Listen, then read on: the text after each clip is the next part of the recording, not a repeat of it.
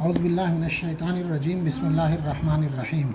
ابھی ایک بات آئی کہ یہ گردان لاجیکلی سمجھ میں نہیں آ رہی ہے کہ یہ کیا ہے اور کیسے ہے، تو میں نے کہا بھائی اس کو میں بتا دوں۔ دیکھیے، میں نے یہ کہا کہ آپ اس کو رٹ لیجئے۔ پہلی چیز تو یہ ہے کہ یہ چیز سمجھیے، اور اس سے پہلے والے سبق میں کلیئر ہو ہی گیا ہوگا کہ عربی میں واحد، تثنیہ اور جمع ہوتا ہے، یعنی ایک سے زیادہ کے لیے دو اور دو سے زیادہ کے لیے جمع۔ تو واحد، تثنیہ، جمع یہ تو سمجھ میں آ گیا۔ اور چیزیں تین ہوتی ہیں، یہ بھی آپ کو کلیئر ہے کہ بھائی غائب، حاضر اور متکلم ہوتا ہے، یعنی تھرڈ پرسن، سیکنڈ پرسن، پھر فرسٹ پرسن۔ اب غائب کے اندر تین مذکر کے صیغے ہو گئے، تین مؤنث کے صیغے ہو گئے، اور حاضر کے اندر اسی طرح سے تین مذکر کے، تین مؤنث کے، اور متکلم میں چیزیں کامن ہوتی ہیں۔ یہ بات تو آپ کو پیچھے سمجھ میں آ گئی ہوگی۔ اب یہ ہے کہ یہ کیسے بنتا ہے۔ دیکھیے، پہلا جو لفظ ہے فعلا، یہ تو اصل رہے گا، اس کے اندر کوئی تبدیلی نہیں ہوگی۔ یہ جیسے آئے گا، جیسے قرأ، عبدا، فتحہ، کوئی بھی لفظ آئے گا، جیسے مثال کے طور پر عبدا، اس نے عبادت کیا، فتحہ، اس نے کھولا، دخلا، وہ داخل ہوا، قرأ، اس نے پڑھا، طلبا، طلب کیا، کتبہ، لکھا، سجدہ۔ تو پہلا جو صیغہ ہوگا وہ اصلی حالت میں آئے گا، اس میں کچھ بھی نہیں کرنا ہے۔ دوسرے صیغے میں آپ کو الف بڑھا دینا ہے، دوسرے میں الف بڑھانا ہے، اور تیسرے صیغے میں واو اور الف بڑھانا ہے۔ یہ الف پڑھا نہیں جائے گا لیکن واو بڑھانا ہے۔ اب جیسے فعلا، فعلا، الف بڑھایا خالی ہم نے تو فعلا، اور تیسرے میں واو، تو یہ دو علامت بڑھی۔ اب اس میں آئیے، یہاں پر تا ساکنہ میں آخر میں بڑھانا ہے، اور یہاں پہ تا الف زبر تا بڑھانا ہے، یہاں نون زبر نہ بڑھانا ہے۔ یہاں پر تا زبر تا رہے گا، یہاں تا ساکن رہے گا، یہاں تا زبر تا رہے گا، اور یہاں تا زیر تے رہے گا۔ یہ چیز ہو گئی۔ اس کے بعد یہاں پر دیکھیے، تا الف زبر تا ہے، یہاں توما ہے، اور توما اس میں بھی رہے گا، یہاں تننا ہے، یہاں تے پیش تو، نون الف زبر نا۔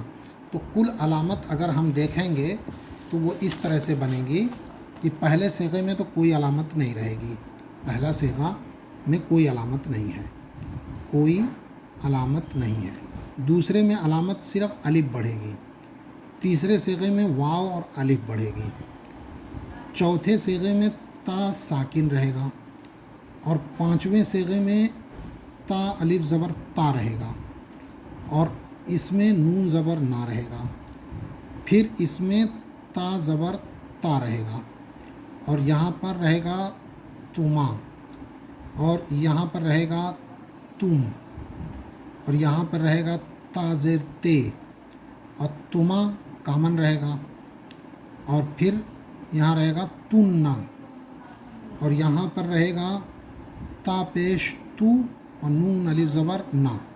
اب میرے خیال سے کلیئر ہو جائے گی آپ کو بات، اور اس کی لاجک بھی سمجھ میں آ جائے گی۔ پہلے صیغے میں کوئی علامت نہیں، دوسرے میں الف بڑھے گی، تیسرے میں واو الف، جس میں الف پڑھا نہیں جائے گا لیکن لکھا جائے گا۔ اس میں اب یہ دیکھیے، واحد،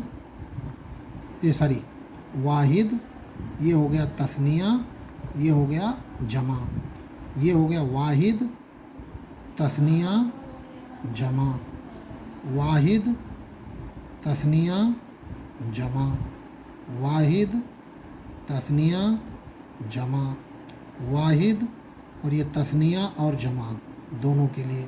اب اس میں آئیے، آپ کے تین صیغے مذکر کے ہو گئے، مذکر، تین کیا ہو گئے، مؤنث، یہ تین مذکر، یہ تین مؤنث، یہ مذکر مؤنث کامن ہے، اس میں مذکر مؤنث کا چکر ہی نہیں ہے۔ اب یہ تینوں جو ہو گئے وہ آپ کے کس کے ہو گئے، غائب کے، یہ تین ہو گئے حاضر کے، اور یہ ہو گئے متکلم کے۔ غائب کا مطلب تھرڈ پرسن، حاضر کا مطلب سیکنڈ پرسن، اور متکلم کا مطلب فرسٹ پرسن۔ تو یہ ہو گئی۔ اب اس کی لاجک آپ کو یہی سمجھنا ہے کہ پہلے صیغے میں کوئی علامت نہیں ہے، جیسے آئے گا، اور تثنیہ مذکر غائب میں الف لگے گا، جمع مذکر غائب میں واو الف، تثنیہ واحد مؤنث غائب میں تا ساکن رہے گی،